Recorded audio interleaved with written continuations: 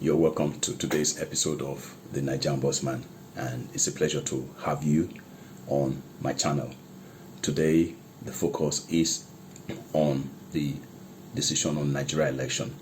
Like you know, the elections took place on 29th February this year, and the election was fraught with a lot of anomalies. And like you know, even during the elections, there were some states where there were serious rigging, a lot of falsification of results, and at the end of the day, the INEC, rather than systematically work through all things so that there will be a result that will truly reflect the elections, they went ahead to declare Bola Tinubu as president in the middle of the night, to the surprise and chagrin of Nigerians. And the Nigerians, the Labour Party and the PDP went to the court, and since that time, since February, Nigerians have been eagerly waiting for a decision on this matter. Most people expected that the decision would come on the 16th of this month, but surprisingly, it has been announced that the decision will be made tomorrow. And right now, there's a lot of tension, and I would say that is a sense of an ease or a silence before the storm. And definitely for those who voted during the elections, like myself, and we did expect to see a credible election. And even based on the statement by Mahmoud Yakubu, the INEC chairman, many Nigerians expected that the elections would be a very free and fair one, and one that was very credible, and one that reflected the amount that was spent on the elections and the technology that was involved. But surprisingly, rather than allow the election results to be transmitted live from the polling units to the INEC server, for everyone to see live, the INEC chairman and his people did not do that. They waited for the results to be manipulated and later to be entered into their system.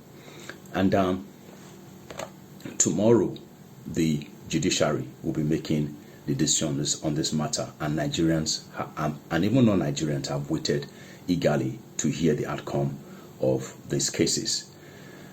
For the Labour Party, like even before the elections, a lot of aspersions was passed on the Labour Party. They were said to be the underdog, without no experience, without no structures.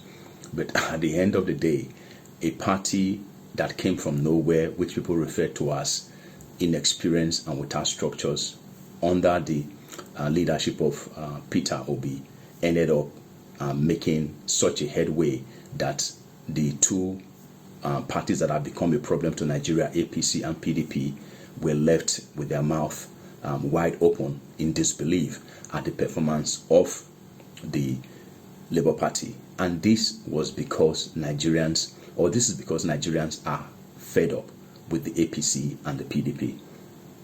Tomorrow, like you know, in all cases, there are two sides. There will be a winner and there will be a loser. But in this particular case, it is a test of our judiciary, a test of their credibility. Because even before this time, we know that the judiciary of Nigeria has lost its credibility based on the fact that we have seen cases, electoral cases, and even other cases within Nigeria involving high-profile individuals who are known to have committed offenses, but because they have offered bribes, they have been let go. We saw where a particular senator publicly declared that his wife played a key role in organizing cases or manipulating cases for his fellow senators. And up to this time, nothing has been done concerning that. But back to the case that we have on the ground concerning the election results. The Nigeria judiciary, this is a test.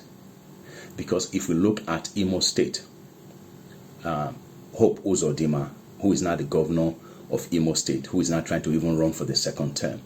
He came forth, and at the end of the day, because of the crookedness of some in the judiciary of Nigeria, a man who came forth in an election ended up becoming the governor of the state based on their evil technicalities.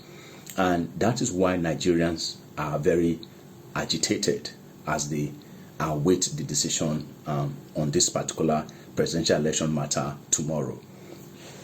Nigerians at this time do not know how it's going to go, because out of all the parties that were involved in this case, whether the APC, the PDP, or the Labour Party is the only one who has produced the most evidence. And even the judges themselves were overwhelmed at the level of or at the amount of evidence that the Labour Party produced during the case while it was ongoing.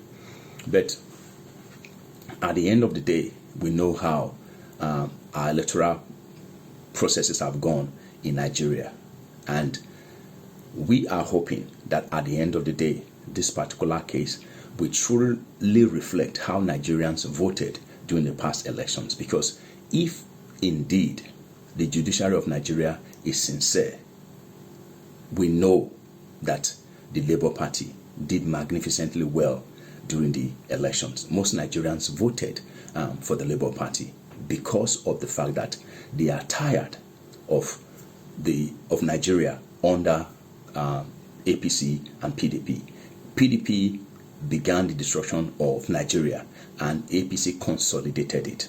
And even right now, the administration of Buhari, Muhammadu Buhari, who conducted this election, under whose watch this elections was conducted, is still being considered today as the worst government Nigeria has ever encountered. A government that said that they were coming to fight corruption ended up being engrossed in worst cases of corruption that Nigeria has never seen before.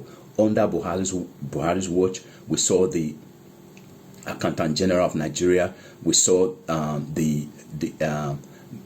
some ministers and other high-profile individuals under his watch embezzle or loot billions of naira. And till this time, we are yet to see these people prosecuted for the offenses that they have committed. And so these are all part of the reasons why the Nigerian people are a bit agitated concerning tomorrow's declaration on the Nigerian presidential election. No matter how it's going to go, we know that there's going to be a reaction. The Directorate of State Security Services have already warned Nigerians that they should not protest. But protest is the right of every citizen. As long as you do not destroy anything, as long as you do not cause harm to anybody or anyone's property, a peaceful protest is the right of anybody, and is ingrained in Nigerian constitution. And so the DSS and the military should not allow themselves to become a tool in the hands of this corrupt and evil political class of the APC that have become a problem to Nigeria. So Bola Tinubu and his people should allow the judicial process proceed as it should, without intimidation of the people. The Nigerians are already overwhelmed. We have seen school fees skyrocket. We have seen even situations where people are unable to run their vehicles on the road as at before. The increase in the fuel price. And even yesterday, I was reading sadly in the newspaper that many Nigerians can no longer buy a cob of corn. A cob of corn. I remember those days when I was in Nigeria, when people were hungry. They would just say, go chop corn. That is to say, just get a corn and eat, because it was a quick way for you to quench your hunger. But today, many Nigerians are buying half a cob of corn. So it shows the level to which people are suffering. If people can no longer afford a cup of corn, it shows how terrible situation is right now. But We are praying that the judiciary of Nigeria will do what is right. We are praying that they will truly look at the evidence presented before them and do what is right without allowing themselves to be intimidated. Before this time, we have heard all kinds of rumor concerning this particular case, that even that a former minister who also is a lawyer was involved in drafting part of the decision that will be declared tomorrow. But how that is, how true that is, I really do not know. But my own case, or my own desire, just like many other Nigerians, is that the judiciary of Nigeria will do what is right. Because if you do what is right, your consciences will be free. You will be free because you know that you have done what is right for the good of Nigeria. It is not a matter of who is going to offer the biggest money to you, or those who are secretly behind the scenes intimidating you or your family members. No, it is you doing what is right for the sake of the future of Nigeria, because the decision tomorrow will to a large extent determine how this nation is going to go.